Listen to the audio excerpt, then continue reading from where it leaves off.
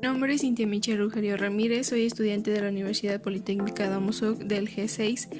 En este video voy a presentar las generalidades de goniometría en la asignatura de valoración de la función articular y de la postura con la docente a cargo Alma Belén Clila Luna. La definición de goniometría va a derivar del griego gonion, que significa ángulo, y metrón, que significa medición. Esto quiere decir que es una disciplina que se va a encargar de estudiar la medición de los ángulos. La goniometría ha sido utilizada por la civilización humana desde la antigüedad hasta la actualidad en innumerables aplicaciones como fue la agricultura, la herrería, la matemática, carpintería, geometría, física, entre otras. La goniometría aplicada a las ciencias médicas, esta va a ser una técnica de medición de los ángulos que van a estar creados por la intersección de los ejes longitudinales de los huesos a nivel de las articulaciones. En la figura que se puede observar es una intersección de la prolongación de los ejes longitudinales del primer metacarpiano y de la primera falange del pulgar, determinado un ángulo de 50 grados a nivel de la articulación metacarpofalángica. Los objetivos de la goniometría van a ser dos. El primero va a ser evaluar la posición de una articulación en el espacio. Esto se trata de un procedimiento estático que se va a utilizar para objetivizar y cuantificar la ausencia de movilidad de una articulación. El segundo objetivo es evaluar el arco de movimiento de una articulación en cada uno de los tres planos del espacio.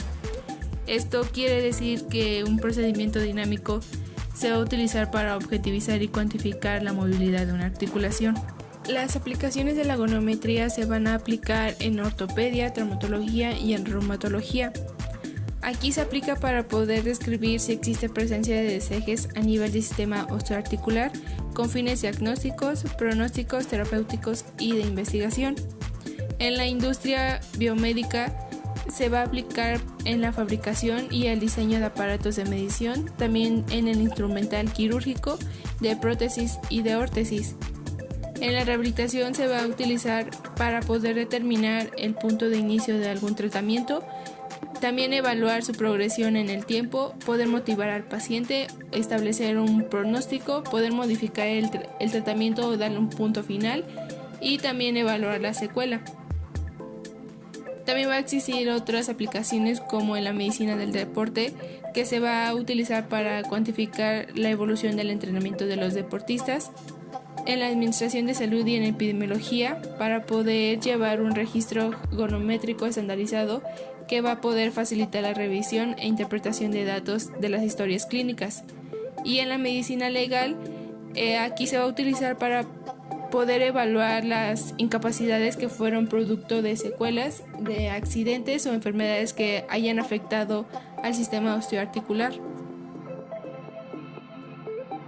La posición neutra, o también se va a conocer como posición cero, esta es una posición humana de referencia que se adopta como punto de inicio para poder realizar la medición goniométrica. Esta posición, el individuo se va a encontrar parado con la mirada hacia enfrente, los brazos colgando al costado del cuerpo, sus pulgares van a estar dirigidos hacia adelante y los miembros inferiores uno al lado del otro, con las rodillas en extensión completa y con los ejes de los pies paralelos y separados por un espacio igual a la distancia entre ambas caderas. Movimiento articular. La artrocinemática es el término que se utiliza para referirse al movimiento de las superficies articulares. Estas superficies se van a describir representándolas en forma de láminas de deslizamiento, superficie de giro o superficie de rodamiento. El deslizamiento es un movimiento de traslación que va a consistir en el desplazamiento de una superficie articular sobre otra. Va a ser igual que patina una rueda frenando sobre el suelo.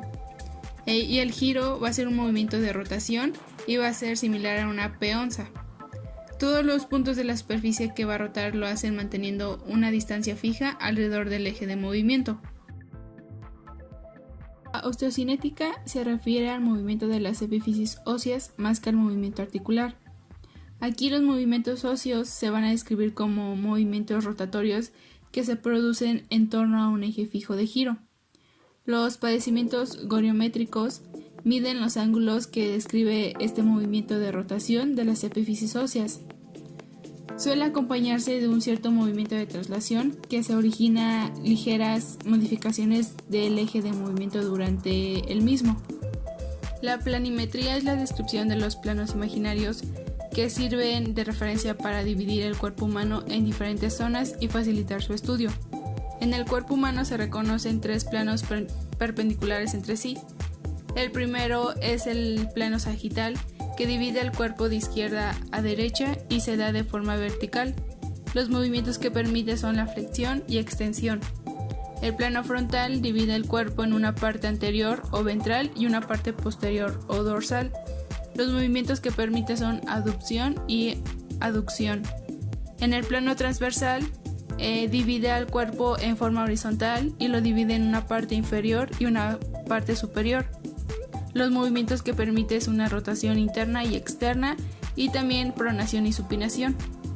El arco de movimiento va a ser la cantidad de movimiento expresada en grados que presenta una articulación en cada uno de los tres planos del espacio.